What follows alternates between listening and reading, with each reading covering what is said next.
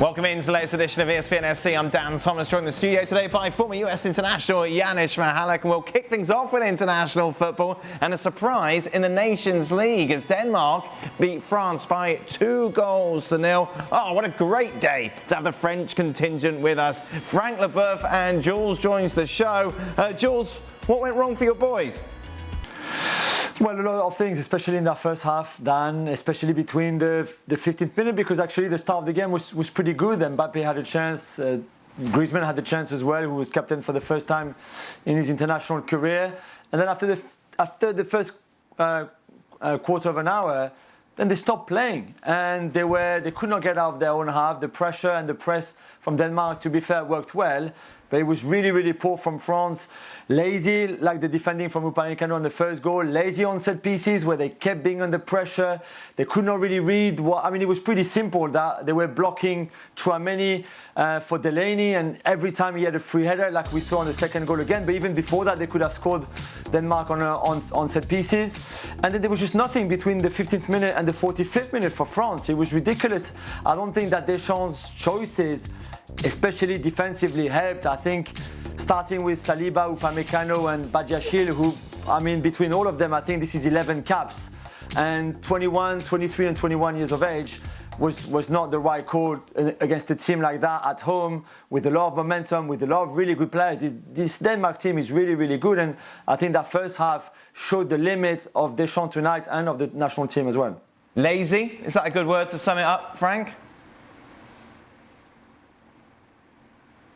I can understand what Julian means, but I would say that the word inexperienced really means when you see the team. Yeah, they've been lazy because I think they were lost. They played well for like 20-25 minutes, as Gilles explained, and then after they lost the momentum and their mojo. And the Danes they show more experience, more initiatives, and more creation in their actions. And France didn't exist at all. But when you start with three players like Saliba, Upamecano, and Badiashile,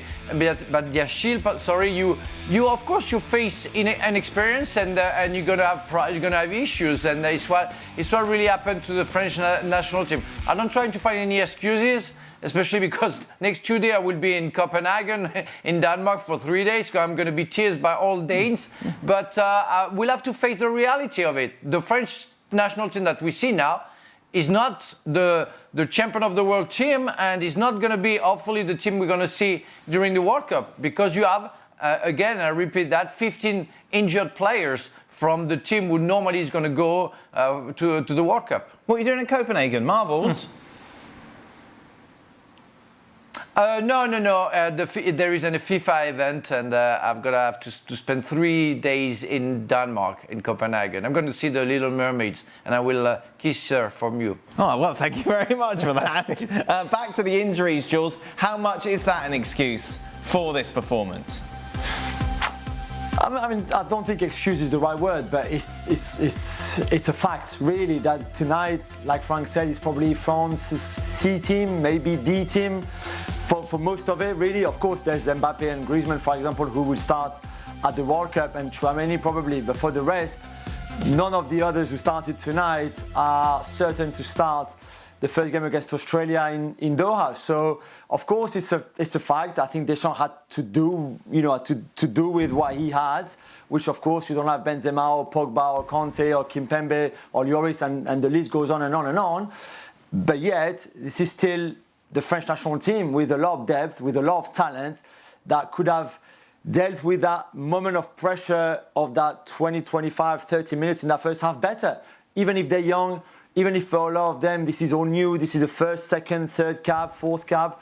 Okay, I get that, but still you expected better from them. So they will learn from it. The most important, I think, for Deschamps tonight was not to be relegated.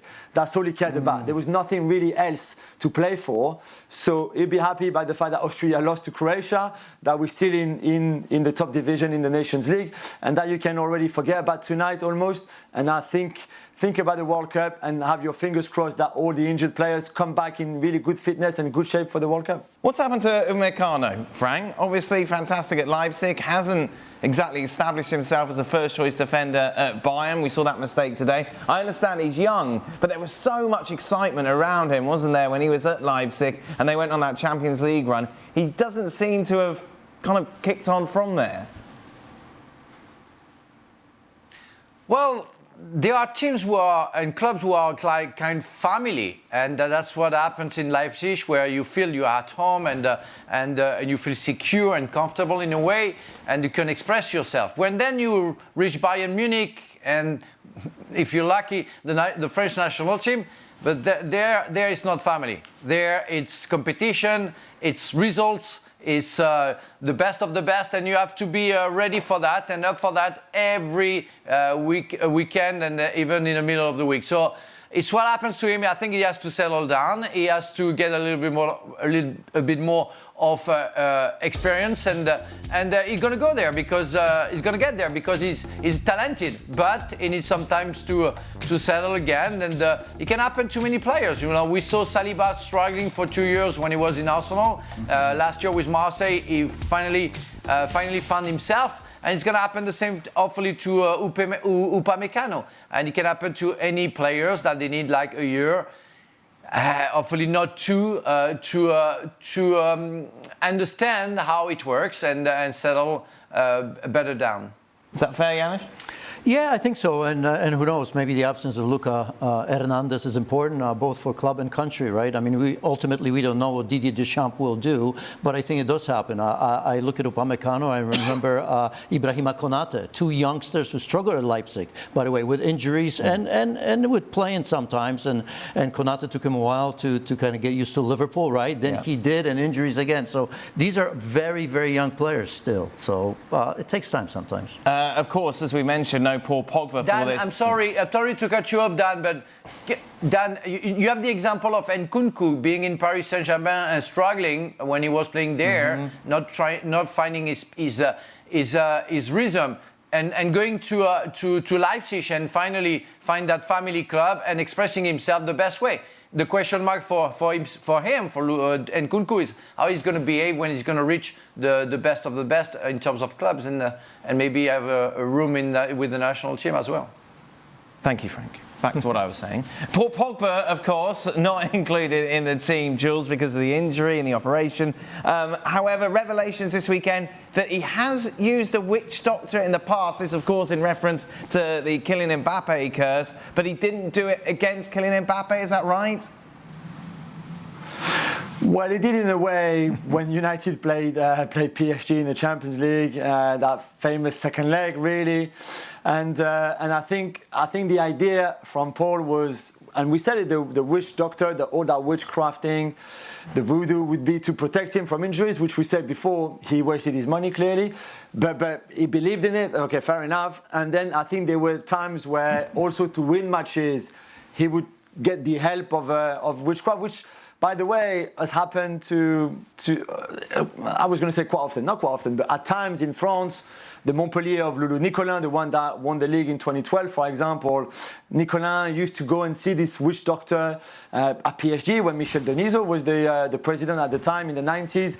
He also called upon a quite famous witch doctor in Paris. So we have those stories in France where we're not really sure if we think they're true, we're not completely convinced. Does it really work? We're not sure.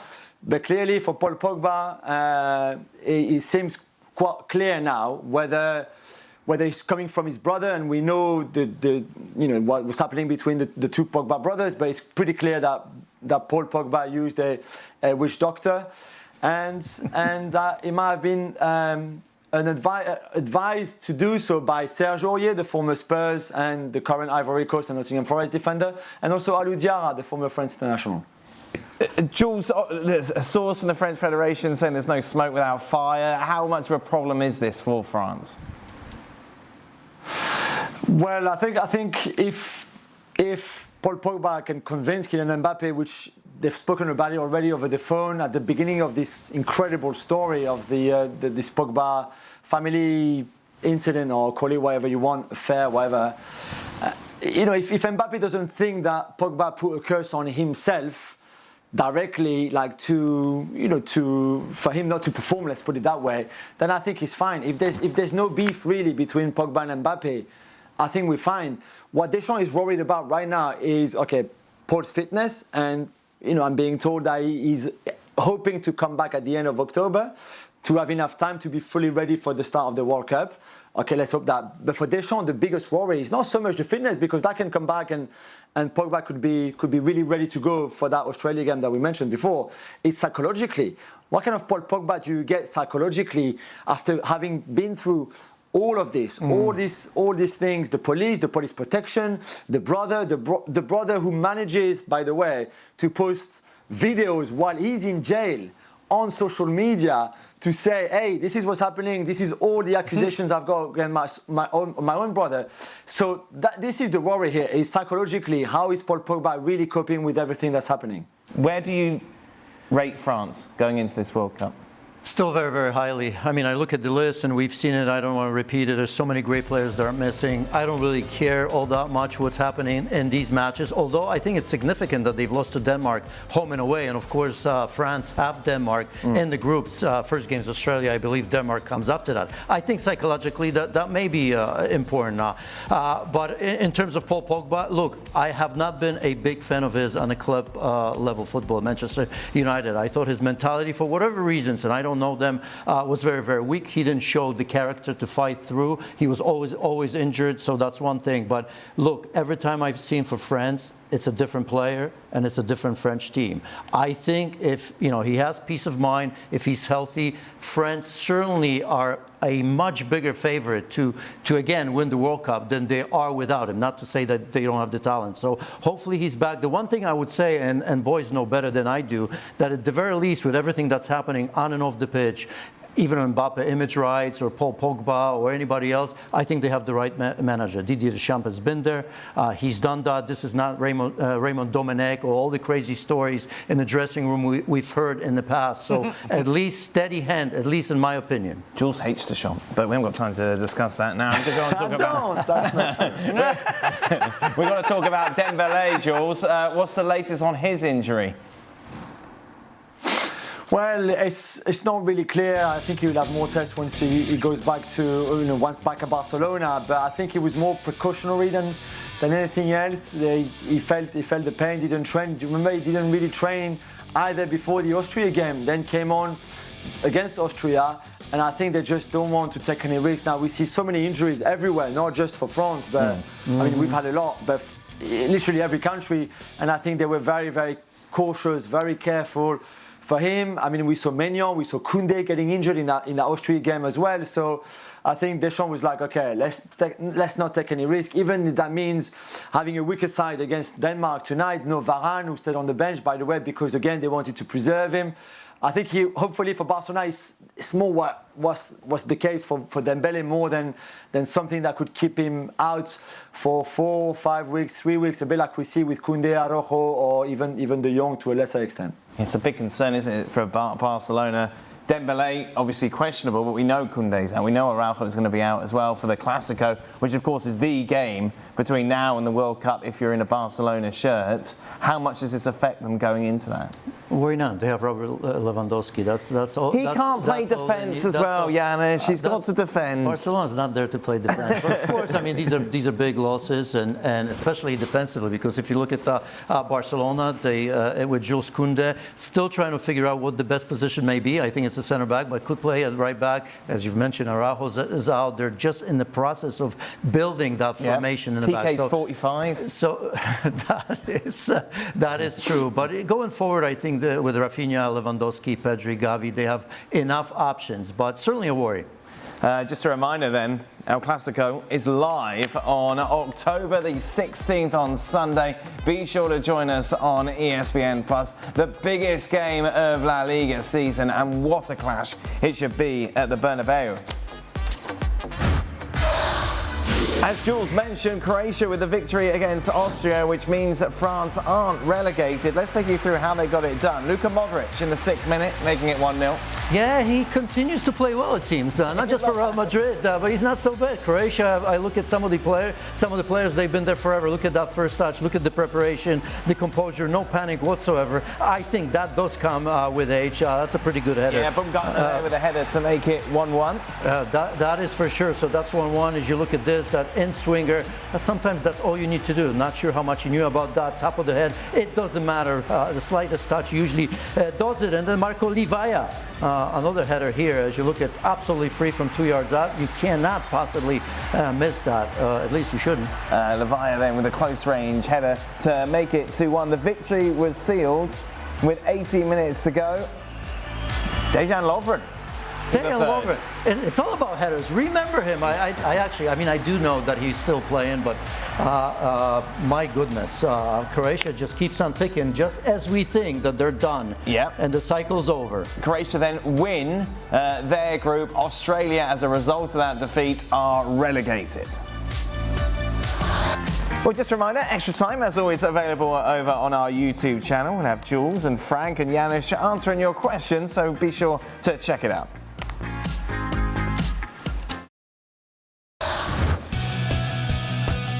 Finished Poland 1, Wales 0. Just a one goal in this. Who scored the goal? Janusz, you're better at this than me. Karol Świderski. There it is. And what that means when you take a look at the group, Wales are relegated, Poland survive. Janusz, we were talking before, and this is actually important for Poland, you feel, to stay in this group. I think it was very important staying in that top division, because for countries like Poland, the only way to get better is to continue to play against the best in the world. And of course, when you're in Group A, you're always going to get top teams that would normally probably not play you given a choice, right? So I think we were laughing at France, possibility of dropping. England, of course, dropping to Group B. Imagine if you thought that Group A games for England were a waste of time. What are you going to say when they have to play in a Group B as well? So I think for Poland, that was very, very important. What's even more important is, as I mentioned, the bounce from the game against Holland, because it was embarrassing. It really was that bad. Poland usually doesn't play that badly, especially at home. That's been a good place for them, although not in the last 3 matches. What's a good World Cup for Poland?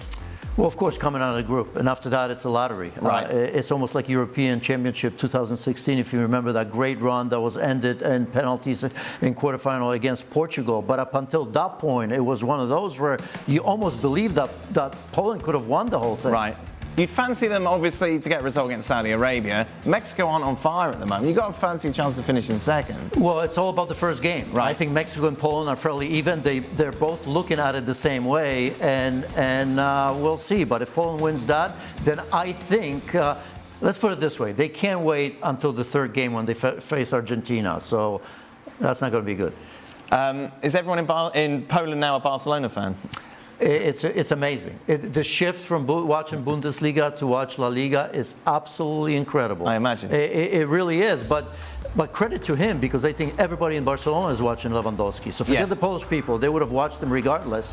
But I think he's doing an incredible job. What he's done at Barcelona, because I think we all wonder, right, changing leagues, being so long in such an environment, Bundesliga, scoring out of boredom. Let's be honest, out of boredom in Bundesliga. And look at him now. 8 goals in 6 matches? Yeah, I was going to say, like, obviously you speak to how much is he enjoying it? He is, but you know, the key thing with that, because I was thinking about it the other day, watching him a little bit closer, because we all knew, Dan, that he's capable of scoring goals. But I think when you come to Barcelona, you almost feel, even at the age of 33, almost 34, that you actually have to get better. Right. Because there's so much pressure. Challenge. That's the challenge. Today's goal, that pass, and you've seen for Barcelona, backheel goals, the little flicks, the understanding with Pedri. This is something that he didn't do in the Bundesliga. He didn't have to. 4-2-3-1, get the ball wide, cross the ball to Lewandowski. That was the mantra at Bayern Munich. Here, he has to be a little bit of a playmaker. He has to show that he belongs, because there is a special way of playing at Barca. And he never played at that level, so fair play to him. Who do you think he prefers alongside him? Because obviously we've seen Xavi try a lot of different attackers. Rafinha and Dembele seem to be the main two. Do you think they're the best vehicle to guide him to success? Either or. I mean, the first question was, is Dembele selfish or is he not? Is he looking for Lewandowski? Because he's used to that. He still needs to get the service, right? I mean, he can do a lot more than we've seen at Bayern Munich, but let's be honest here. He's a predator right in that 6-yard penalty box or 8 yards away, and somebody needs to play him that. But I think we've seen that Dembele is capable of doing that. So I think the jury's still out. I know that he hasn't said it. He'll probably never say it. The partnership between him and Pedri is the best. Right. This is the bromance that people seem to talk about. Janusz, thank you very much. Janusz, of course, features a lot during the weekend, looking back at our coverage and what football's being played. You can check out his videos over on our YouTube channel. Don't forget to subscribe to ESPNFC. Now, elsewhere in the Nations League, the Dutch took on Belgium. Just a 1 goal in this game, and it would come from Van Dijk with 17 minutes to go. Jules back with us. Jules, the Dutch good for their win? I thought it was a really good game. Belgium had some big chances as well. They could have scored. I mean, the Dutch high line, for all the good things that it can bring you, and especially the way they play, you can also be a bit vulnerable, because even if you've got Van Dijk at his best and Timber and Ake, who were the three at the back tonight, you also leave quite a lot of space, and I think Belgium could easily have scored also in that game. I thought it was really good, very tactical. Roberto Martinez was in the stand because he'd been sent off in the last game, so Thierry Henry was on the bench, as in taking the team for the first time, really, and I thought it was a really good game. But the Dutch are strong. They're a good team. Cody Gakpo came on when Berghuis came off injured, and I thought it was really good, brought a lot, and this is a Dutch team without Frankie de Jong, without Memphis Depay, for example. So there's also not the strongest team that Van Gaal could have put out. But it was a really good game. And in the end, yeah, I think they deserved their win. But they had to fight hard for it. Dutch looking good, Janusz. Yeah, and just so many options, right? Van Gaal is obviously an experienced manager, so I suppose he's the right man for the right team right now, because if you look at Cody Gakpo against Poland was very good here. He came in because of injuries, but I think it's one of those teams that has so many options that's difficult to read, difficult to prepare for. In the World Cup, it's going to be interesting to see if the Dutch can get back into their best, meaning deep run in the tournament as well. Because Memphis Depay, Frankie de Jong, another player that's been playing very well. I think peace of mind maybe that he is with Barcelona where he always wanted to be. I think I saw that in Warsaw when they play against Poland. He was dearly missed in this game as well, but they've also had a number of injuries during this camp as well. Who's more likely to win the World Cup, the Dutch or the Belgians, Jules? Yeah, it's a good question. I think it's hard to talk about dark horses for those two teams, because they are really, really good teams with some amazing players in there. I think the Dutch, because they missed the last World Cup, of course, because the Euros started well and then didn't end well. And Belgium is this golden generation. I mean, Vertonghen played tonight. Alderweireld played like he still. We had this golden generation, Witsel, all of them who, every time we say, oh, this could be the last chance, it will be the last chance, certainly for World Cup. Which one is the most likeliest to go far? I still think the Dutch have more to their game overall, maybe apart from Pasveer as a goalkeeper, although he did okay tonight. I think I would say that if I had to put some money on one of the two, I think it would be the Netherlands. We're going to talk about on your podcast on Monday, Jules. Are you going to work, or you got another holiday coming up? I don't know. Gab was in Italy, so he texted saying, "Oh, I don't have time. I'm just coming back from Italy. I don't know what we're going to lead with tomorrow. So, I need to figure out something on my own, because clearly I'm the only captain." Wow. I thought Gab would be much more organised, Jules. That's disappointing. You can check it out. I'll be okay. I'm really the brain behind this team. Sure. Yes, indeed. Gab, definitely the mouth. Be sure to check out the podcast then as it drops on Monday. A lot more reaction to what happened with Mexico, of course, more fallout from the US men's defeat against Japan, plus some MLS as well on the latest edition of Football Americas that drops tomorrow. Be sure to check it out. That's it. That brings us to the end of today's show. Fear not, though, there is actually a Football Americas question in extra time, which is coming up after Herc was very nasty to me. Be sure to stay tuned then. Frank, Jules and Janusz here answering your question. Welcome into the latest edition of Extra Time. Thank you very much for your tweets. Janusz Mihalik with me here in the studio. We also welcome Frank Leboeuf and Julien Laurent are with us. Your smile, Frank. There it is. Good, there's a smile. Let's take you through some of the questions, shall we? For everyone, who have you got in a steel cage match between Herc and Dan? This is off the back of Hercules on Football America's having a real go at me because for 3 days in a row we talked about Christian Pulisic's book. And he said that I was obsessed with Pulisic and I hate him, which is not true. I hate Herc, not Christian Pulisic. But there we are. I don't think I'm a good fighter, Janusz. I don't think I have it in me. I don't think that Herc does either. I don't think we want to see that fight because there wouldn't be a fight. The only good thing with Herc is you could grab him by the ears because they're plentiful, and maybe kind of do something there. I think that's all right. Jules, you don't come across as a fighter either to me.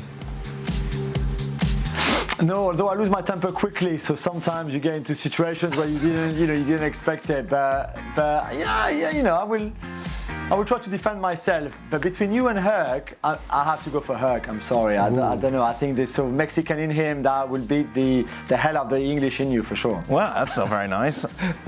Frank's got that look. He's got that look. I'll take all of you on. Frank's frozen. I give you my full support, Dan, because I don't know Herc. I never met him. Okay. So I'm with you. Thank you very much. Wow, Frank. Go for it, my friend. I wasn't expecting that. Yeah. Jules, do you think the Dream can be one of the few with enough seniority, experience, clout to keep Kylian in check or call him out? For example, being selfish on the ball, even though he scores, I'm sure teammates get frustrated when he always decides to go for goal, or him acting like a baby, like at PSG.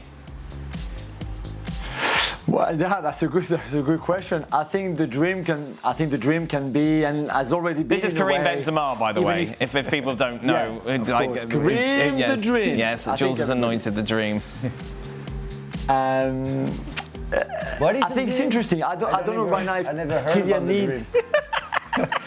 That is a complicated question. Can he call him out? I don't know if it's another book, The Dream. It's Karim Benzema, Frank. He wrote a book? No, he didn't write a book. Next. Is he the player who can control Mbappe at the national team to stop him being such a diva? That's what the question is, basically. Ah, right. I mean, go, Jules. Yeah, go, Frankie. You go.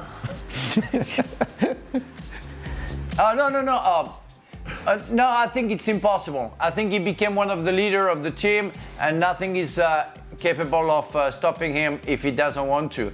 I think he has to come from maybe his family, maybe his coach in France or with Paris Saint-Germain. But I don't think anybody with the national team right now is capable of telling him something that he will listen to. I don't think so. Jules? I think there's a lot of respect certainly between Benzema and Mbappe. I think Mbappe really looks up to him. We saw that when Benzema went back with the national team before the Euros, and there was almost like there's a big gap between them, of course, in age, and I think Mbappe sort of grew up, if you want, or certainly became a pro and was watching Benzema, was like, okay, this is the guy, and now for them to play together, for him to play with Karim, I think this is pretty special. So I would want to think that if Benzema says something, but not just with Kylian, with the whole dressing room, I think they all listen and they all do. I think that Frank is also talking the truth to be fair. What makes you lose your temper, Jules?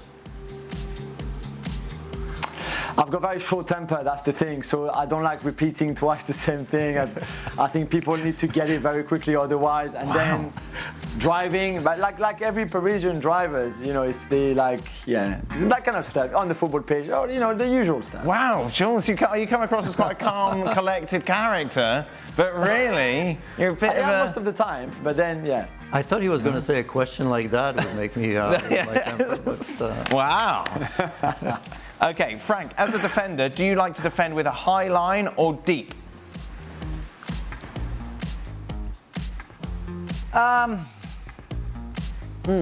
I like the high line because especially if you play the counter pressing and if the forward line helps you out and doesn't let it go when they lose the ball, because otherwise you're in danger. But if I play in the high line, what I do, and I always talk to my goalkeeper to see if he was comfortable to play as a sweeper, let's say, and be very close to us in case the ball was sent in our back. So, but playing a little bit more back onto the field puts you in danger, because say there are shots from distance, there is not much you can do. So I think the primary when you're a defender is to try to put everybody, all the opponents, very far away from your net. Where did you prefer playing, Janusz? High line, deep? I had no pace, so low. Right. Yeah, inside the penalty area. Unless I had somebody special next to me, like if Frank. I mean, he had a little bit. If I had like a Van Dijk next to me, right, then I can I can press all you want, all day long. You needed some support. Not with my pace. No, you need some backup. Yeah. Jules, Aliou Cisse has said that all 5 African teams can create surprises at the World Cup. Which one is the most likely to? Yeah, I think that's a really good question. I think Aliou Cisse is right in many respects. I think Senegal have to be, not just because they're obviously the reigning African champions, but also because that generation is pretty incredible, both almost in terms of quality and quantity, the depth that they have in that squad. So I think Senegal have to be the one. Morocco just changed managers. They also have a good young generation coming through. They've got ballers in that squad. But I'm not too convinced about the timing and the departure of Untitled as a head coach. I think Tunisia, of the 5, have to be the weaker side, really. I mean, they're in France group with Denmark, and to get out of that group with Australia as well, it's going to be tricky for them. They're probably the ones that that not as much talent as the others. And then Ghana, we saw Ghana, obviously, who struggled against Brazil, but I think a lot of teams right now would really struggle against these Brazil sides. I'm not sure Toado set them up as well to do their best against this Brazilian team. And then the 5th one will be Morocco, Tunisia, Senegal, and Cameroon. With Cameroon, I don't know. It looks some of the key positions are strong. Others, I'm not too convinced. So again, I think for me, Senegal without doubt, and behind that, I fancy really Morocco. I like what Morocco are doing.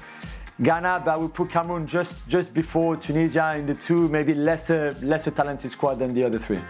Sorry, Jules, you broke up. Can you just repeat that again?